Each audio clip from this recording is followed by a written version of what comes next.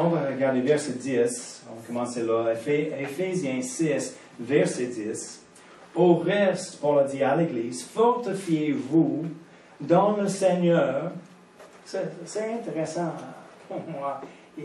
Il a dit, priez au Seigneur pour la force. Il a dit, fortifiez-vous. C'est notre responsabilité de prendre la force.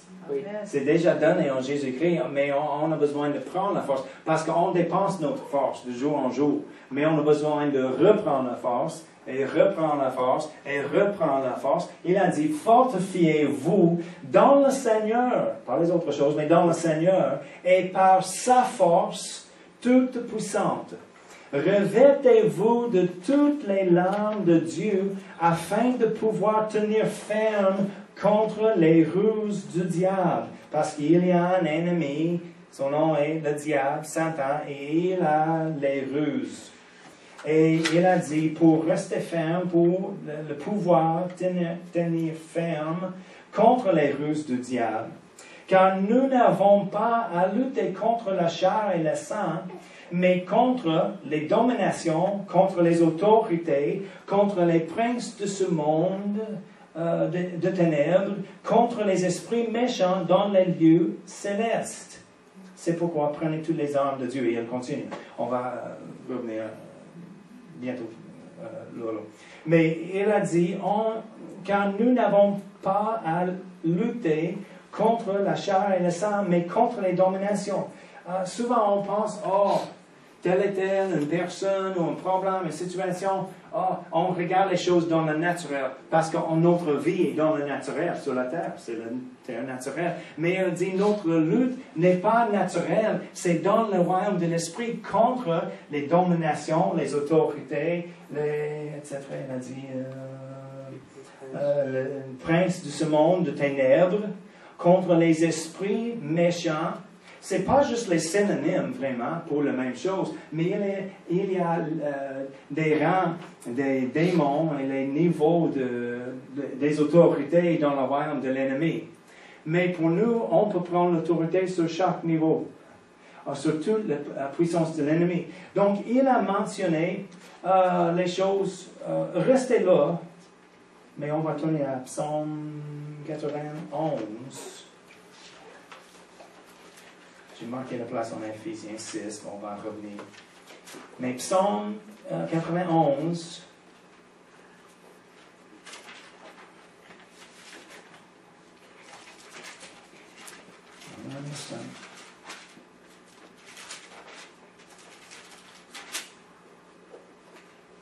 il commence, celui qui demeure sous l'abri du Très-Haut repose, amen, repose à l'ombre du Tout-Puissant. Je dis à l'Éternel, mon refuge et ma forteresse, mon Dieu en qui je me confie. Amen. Mais remarquez verset 11, car il ordonnera à ses anges de te garder dans toutes tes voies, ils te porteront sur les mains, de peur que ton pied ne heurte contre une pierre. Même les petites choses, il est concerné de nous garder de toutes ces mauvaises choses, même les petites choses. Et verset 13, il a dit, tu marcheras sur le lion et sur l'aspic. Tu fouleras le lionceau et le dragon. Puisqu'il m'aime, je le délivrerai, je le protégerai, puisqu'il connaît mon nom. Il a dit, on va marcher sur le lion et sur l'aspic. Tu fouleras le lionceau et le dragon. Il parle de toute la puissance de l'ennemi. On a l'autorité et le pouvoir pour chasser les démons. On peut regarder l'évangile de Marc 16. On peut chasser ceux qui croient en lui. Et, on peut chasser les démons en son nom. Mais regardez aussi les choses que j'ai. Ici, dans le psaume, c'est l'Ancien Testament. Il a dit, on va faire les choses sous nos pieds. Mais remarquez, Jésus, en Luc 10, tu marques Luc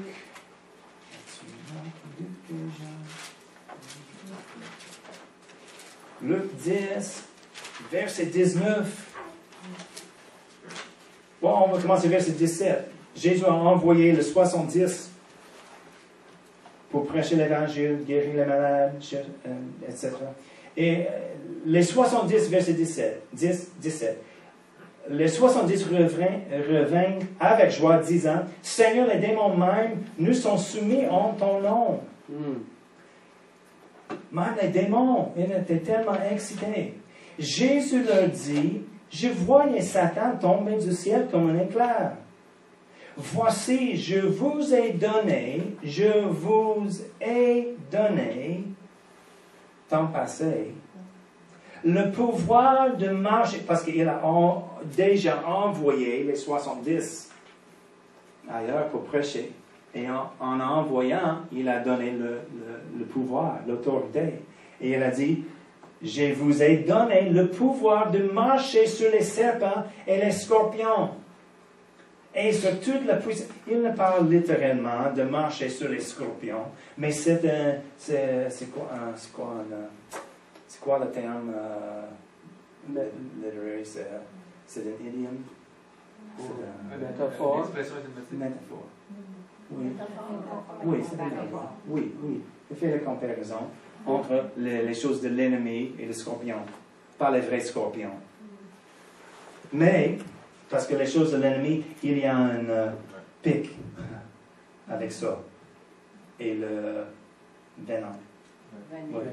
Venin, oui. Mais il a dit, je vous ai donné le pouvoir de marcher sur les serpents et les scorpions et sur toute la puissance de l'ennemi. Sur toute la puissance de l'ennemi, on peut marcher sous nos pieds et rien ne pourra vous nuire. Rien. Il a dit rien. Oh, mais Seigneur, rien. Oh, mais la situation là, et dans la famille, avec lui, rien. C'est incroyable. Parce que Jésus dit, notre lutte n'est pas contre les choses, mais contre les dominations, pas la chair et le sang, mais contre les dominations et les princes des ténèbres et les autres choses, il a nommé. Je peux dire en anglais, mais j'oublie exact en français. Mais avec ces choses, on peut faire quoi? Il a dit, on a le pouvoir de marcher sur ces choses. Alors, regarde Éphésiens. C'est même plus clair en Éphésiens, l'apôtre Paul, il a expliqué à l'Église encore la même chose que Jésus a dit. Et on l'a vu dans l'Ancien Testament. Éphésiens 1, parce que Jésus est notre chef, le grand berger, le bon berger, la tête de l'Église. Et Éphésiens 1, verset 20, Paul a prié pour l'Église. Il a prié, on va connaître la puissance qui a ressuscité Jésus des morts. Et il a dit ici, il a déployé en Christ cette puissance-là. Et en le ressuscitant des morts, et en le faisant asseoir à sa droite dans les lieux célestes, au-dessus de toute domination, de toute autorité, de toute puissance, de toute dignité, et de tout nom qui se peut nommer, non seulement dans le siècle présent, mais encore dans le siècle à venir. À jamais. Il a tout mis sous ses pieds et il l'a donné pour chef suprême à l'Église qui est son corps, la plénitude de celui qui remplit tout en tous. Tout en tout. Oui. Et il a placé toutes ces choses sur ses pieds. On peut dire, on a dit avant, on va continuer d'expliquer ça parce que éventuellement tout le monde va cliquer et dire, je comprends. Il a mis toutes ces choses sous le pied. Où est le pied? Dans la tête? Non, dans le corps. Non. Qui est le corps? Nous sommes le corps du Christ. Il est la tête, nous sommes le corps. Les pieds sont attachés dans le corps. Même si quelqu'un dit, je suis le petit orteil. Si j'ai une place dans le corps du Christ, certainement je suis le petit orteil. C'est la bonne nouvelle, toute la puissance de l'ennemi est sous le petit orteil aussi. Parce que toute la puissance de l'ennemi est sous ses pieds et c'est nous. On était ressuscités, on va continuer en Éphésiens et regarder qu'on était ressuscités avec lui, assis ensemble dans le même lieu, dans le même droit, avec la même autorité, la même puissance que Jésus. Attends, pasteur, pas la même puissance de Jésus? Oui. Parce qu'il est le vigne, nous sommes les branches. Il est le taille, nous sommes le cœur. Est-ce qu'il y a une autre sorte de sang ou puissance dans votre cœur que votre taille? Je pense que non. C'est le même sang qui coule partout. C'est la même respiration. C'est le même fluide et fonction. Le cœur fonctionne ensemble avec le tête, ensemble. Le veine et les branches, il n'y a pas une puissance, une sève moins ou différent, moins puissant, moins de goût dans les branches que dans le tronc. Non, c'est la même sève qui coule partout dans un arbre. Mais c'est difficile pour nos têtes de comprendre parce qu'on était convaincus depuis quelques années par la tradition des hommes et la religion, nous ne sommes pas dignes. Nous ne sommes pas dignes de recevoir quelque chose. J'ai entendu un chant juste hier, quelque chose de Jésus, il est merveilleux, mais moi indigne. Oui, avant Jésus, on était indigne. Mais en Jésus-Christ, on a été créé une nouvelle création. Nous sommes dignes maintenant, avec sa dignité, avec sa gloire, avec sa puissance, son autorité. C'est rien de nous. Toute notre indignité est vaincue, est passée en arrière. L'homme vieux, il est mort. Monsieur indigne est mort. Maintenant, je suis une nouvelle création en Jésus-Christ, digne de venir devant la trône et dire, « Ah, papa, bonjour, qu'est-ce qu'on fait aujourd'hui? » « Oh, papa, comme ça va, Dieu. » Oui, nous sommes famille. Il est mon Père, mon bon Père. Le Père céleste, éternel, qui ne change jamais. Et il m'aime. Et il m'a donné son autorité. Et rien me nuit. Oh, c'est quelque chose. Mais en Ephésiens encore, je tourne la page. 6 et verset 10, au reste, fortifiez-vous dans le Seigneur et par sa force toute puissante, revêtez-vous de toutes les larmes de Dieu afin de pouvoir tenir ferme contre les ruses du diable, car nous n'avons pas à lutter contre le chair et le sang. On a été créés dans l'image de Dieu qui est esprit. Nous sommes esprit. Et dans notre relation, avant Jésus, notre force, c'était simplement dans la chair. C'est la seule force de nous, c'était dans la chair. Mais maintenant, en Jésus-Christ, on a changé le royaume. Notre force n'est pas supposée d'être dans la chair maintenant. C'est pourquoi on a besoin de renouveler notre intelligence pour voir où est notre puissance. Et le pouvoir vient d'où? De Dieu. Sa force maintenant. Il a dit, fortifiez-vous avec sa force. Pas la chair, pas la force de la chair. Il ne fait rien. La chair est rien. La chair va tomber mort un jour. Mais notre esprit, on va continuer avec Dieu. Et maintenant, en Jésus-Christ, on prend notre force, sa force, dans le royaume de l'esprit. Et on a été créé pour le royaume de l'esprit, du royaume de l'esprit, pour habiter sur la terre, mais avec une force surnaturelle de notre royaume. Oui, on vécu et on vit une vie naturelle, sur la terre naturelle, mais avec les ressources surnaturelles de notre royaume, avec sa force surnaturelle. On a les ressources illimitées en Dieu et dans le royaume de l'esprit. Amen. Amen. Mais le problème avec plusieurs chrétiens, on ne pense pas correctement. On pense, oh, mais j'ai besoin de faire quelque chose. J'ai besoin de dire quelque chose. J'ai besoin de marcher dans une certaine façon, de faire quelque chose et de régler. J'ai besoin de régler ci et ça. Jésus a fait tout le travail. Et maintenant, notre position d'autorité n'est pas dans la chair. Notre position d'autorité et notre puissance est dans le royaume de l'esprit. Quand on sort le royaume de l'esprit et le marche de l'esprit pour entrer dans la marche et le voie de la chair, on manque notre vraie puissance. notre vraie autorité. Parce que dans ce royaume ici, on a un droit de faire quelque chose. On a la puissance de changer quelque chose et d'avancer le royaume de Dieu. Mais quand on sort le royaume de l'esprit pour la chair, on manque l'amour. Pourquoi? Parce que c'est une chose de l'esprit. On manque la patience. On manque tous les fruits de l'esprit sont dans l'autre royaume. Mais dans la chair, il y a une autre liste énumérée des choses. Et ce n'est pas notre puissance.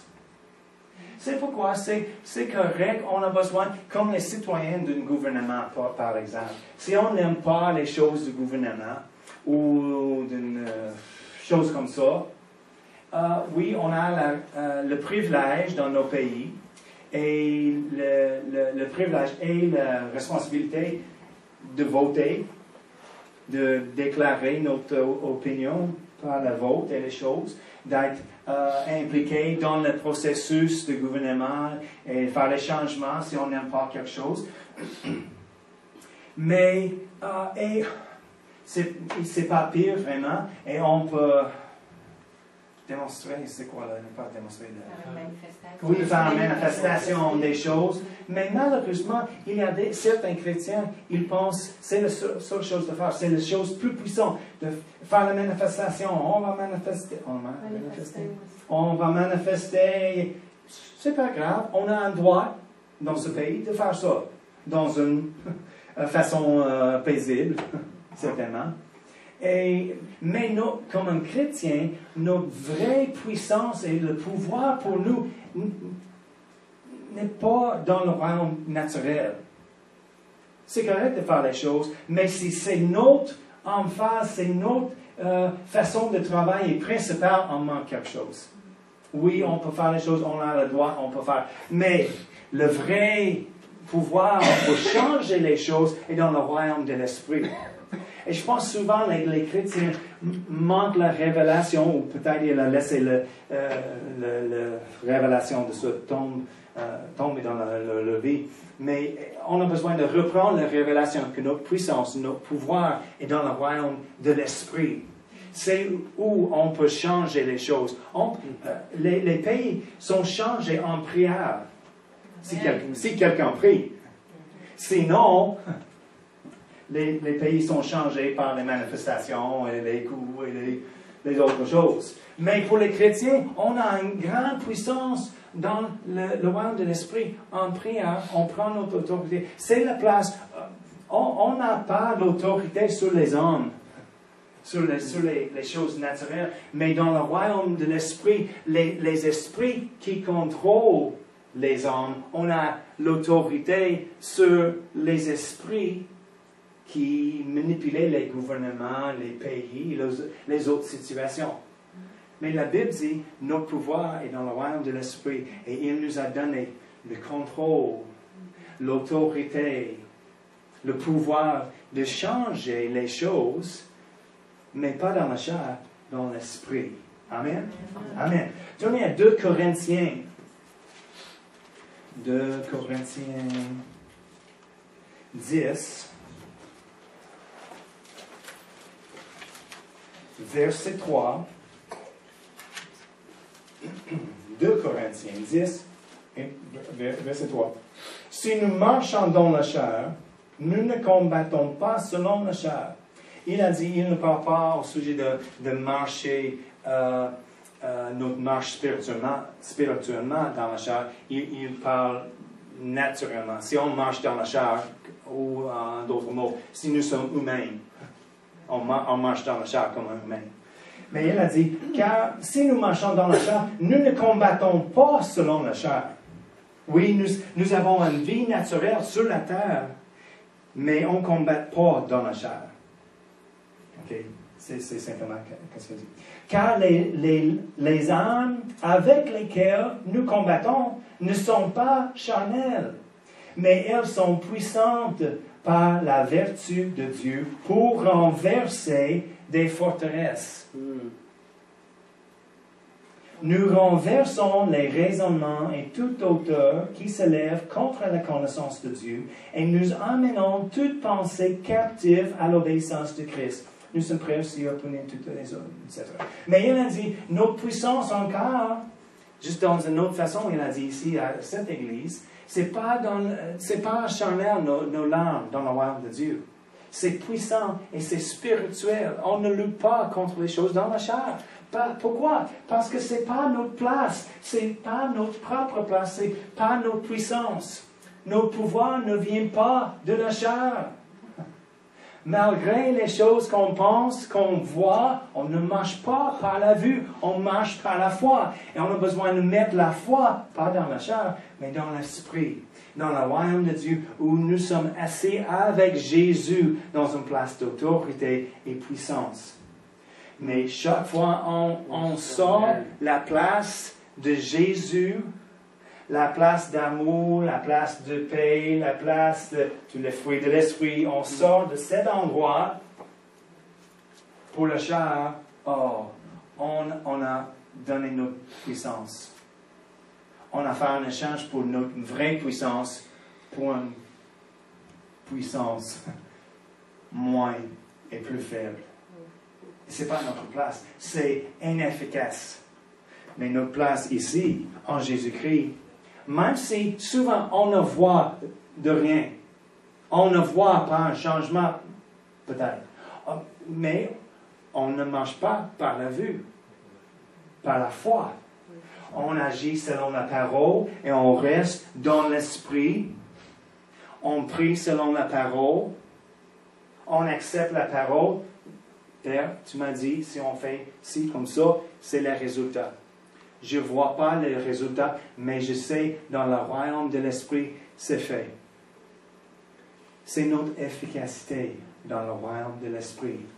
On ne laisse pas une circonstance, une personne, un gouvernement, n'importe quoi nous déplace de nos positions dans l'esprit. Parce que le moment on bouge, on prend un part dans la faiblesse et on laisse notre vraie puissance. Là. Amen. Tournez à Matthieu 18.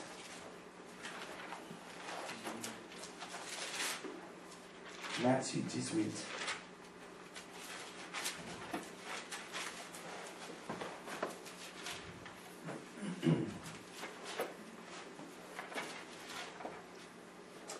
Verset 18 et 19. Je vous le dis en vérité, tout ce que vous lirez sur la terre sera lié dans le ciel.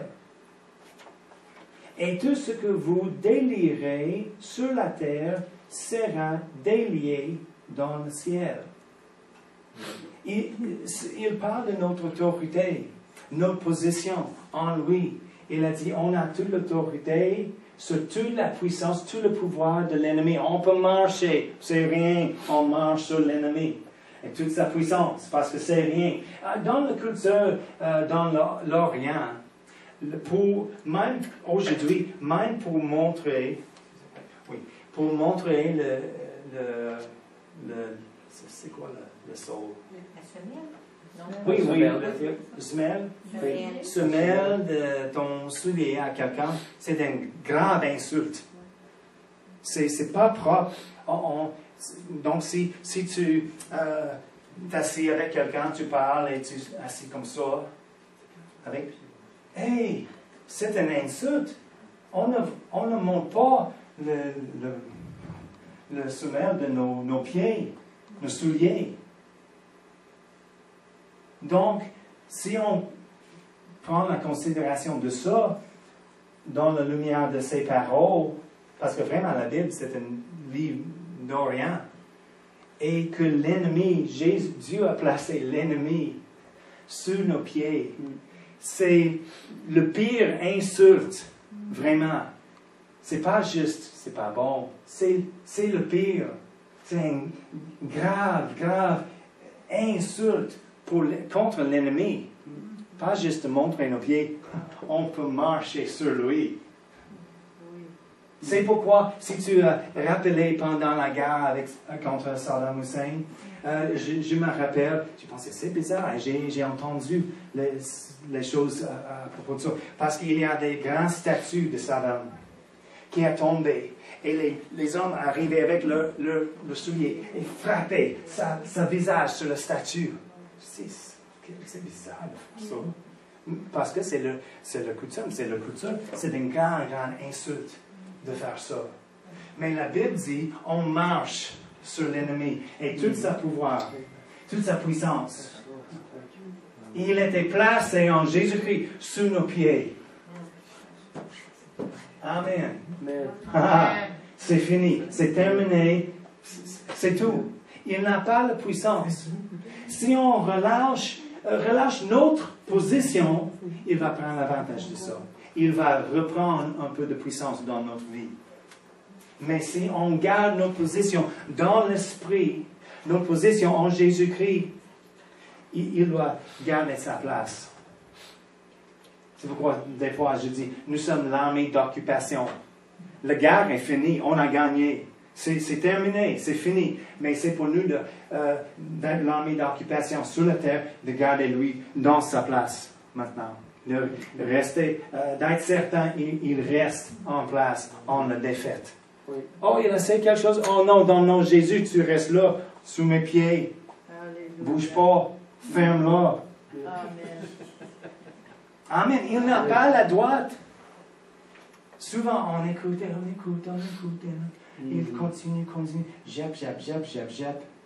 C'est pourquoi on a un gros chien, pas un petit. Parce que les petits jappent en tout le temps. Les gros, pas souvent. C'est ça les gros rêves. Quand il jappe, tout le monde sait, oh, il est là. Mais le diable est comme le petit, parce que son pouvoir est petit. Et il jappe. Ah, c'est tannant. Des fois, on a besoin de dire, hey, ferme-la, au nom de Jésus. Je n'écoute pas. La parole dit, ils s'enfuient de nous. Amen. Retournez, on va quitter avec ça. Retournez à Éphésiens 6. On va continuer juste un petit peu. On va commencer avec ce dire, au reste, fortifiez-vous dans le Seigneur et par sa force toute puissante. Revêtez-vous de tous les armes de Dieu afin de pouvoir tenir ferme contre les ruses du diable. Oh, tous les trucs du diable. Mais c'est rien si on garde notre place dans l'esprit. Car nous n'avons pas à lutter contre la chair et le sang, mais contre les dominations, contre les autorités, les princes de ce monde de ténèbres, contre les esprits méchants dans les lieux célestes. C'est pourquoi prenez toutes les armes de Dieu. Et maintenant, il liste les armes de Dieu. Afin de pouvoir résister dans le mauvais jour. Parce que le mauvais jour arrive. Oh non, je suis chrétien. Pas les mauvais jours. Hello, réveille-toi. Tout le monde sur la terre. Quelqu'un dit, Kenneth Hagin a dit une fois, madame, lui a demandé de prier. Il arrête d'avoir les problèmes avec le diable. Il a dit, tu veux que je prie que tu vas mourir? Elle dit, non, pourquoi? Parce qu'il a dit, si tu restes vivant sur la terre, il y a des problèmes avec le diable. Il a un droit d'être ici et il peut essayer les choses. Et les mauvais jours arrivent. Mais c'est notre réponse dans le mauvais jour. C'est la question. Et il a dit, quel verset? OK. 13. C'est pourquoi prenez tous les armes de Dieu afin de pouvoir résister dans le mauvais jour et tenir ferme après avoir tout surmonté. Tenez donc ferme, ayez à vos reins la vérité pour ceinture. La vérité, c'est quoi la parole de Dieu? C'est intéressant. Il dit que le ceinture, toutes les armes de l'armure étaient attachées aux ceintures. La ceinture était centrale. C'est la vérité. Il a dit, ayez à vos reins la vérité pour ceinture. Revêtez la cuirasse de la justice. Mettez pour chausseur à vos pieds le zèle que donne l'évangile de paix. Prenez par-dessus tout cela le bouclier de la foi, avec lequel vous pourrez éteindre tous les traits enflammés du malin. L'ennemi, il envoie les traits enflammé. Mais avec le bouclier, c'est pourquoi la foi est tellement importante. C'est la première chose l'ennemi rencontre, nos boucliers de la foi. Avec ça, on atteint tous les traits enflammés. Oui. Mais si on manque la foi, ou notre foi est faible, quand j'étais jeune, j'ai lutté souvent avec mes frères, j'ai 2 frères plus vieux. Le prochain, avant moi, a 8 ans plus que moi. Et l'aîné, il a 15 ans plus que moi. J'avais aucune chance chez nous de gagner rien. Donc, des fois, j'avais quelque chose comme un bouclier en avant de moi. Mais j'étais faible, comme jeune, et les autres, ils peuvent juste battre et ils tombent. C'est juste moi après. Des fois, c'est les chrétiens. Si on ne reste pas dans la foi, on ne bâtit, nous ne sommes pas fortifiés dans notre foi avec la parole de Dieu. Nous sommes là avec le bouclier, mais on n'a pas la force de garder la foi en avant pour éteindre et l'ennemi arrive. Non, on doit garder la foi. Amen. Tenez donc fermez vos reins, la vérité pour ceinture, revêtez la cuirasse de la justice, mettez pour chaussures à vos pieds le zèle que donne l'évangile de paix. Prenez par-dessus tout cela le bouclier de la foi avec lequel vous pourrez éteindre tous les traits enflammés du malin. Prenez aussi le casque du salut et l'épée de l'esprit. Le casque pour protéger les têtes. Il a parlé dans le jardin. La femme va crasser les têtes de l'ennemi. Craser les têtes de l'ennemi. Écraser, oui, c'est ça. Écraser les têtes de l'ennemi. C'est une blessure mortelle. Mortelle. Oui. Mais avec un casque, la tête, nous sommes protégés. C'est quoi le casque? Notre salut. On a été transférés d'une place parmi les morts, parmi les vivants. Amen. Et nous sommes protégés par notre salut. Et on rappelle, le mot salut est un mot inclusif pour nous sommes complets, bénis, on prospère, on a la guérison, la santé et le salut. Tout est inclus dans le mot salut. Et l'épée de l'esprit, le seul homme offensif, l'épée de l'esprit qui est la parole de Dieu. Faites donc tout le temps par l'esprit toutes sortes de prières et de supplications. C'est intéressant. Tous les sujets en contexte, il parle au sujet de la prière. C'est nos places dans l'esprit. Au lieu de lutter contre la chair, on reste dans l'esprit. On peut prier, on peut déclarer la parole. On reste dans notre place d'autorité et de puissance. On prend sa force en prière avec toutes les âmes spirituelles.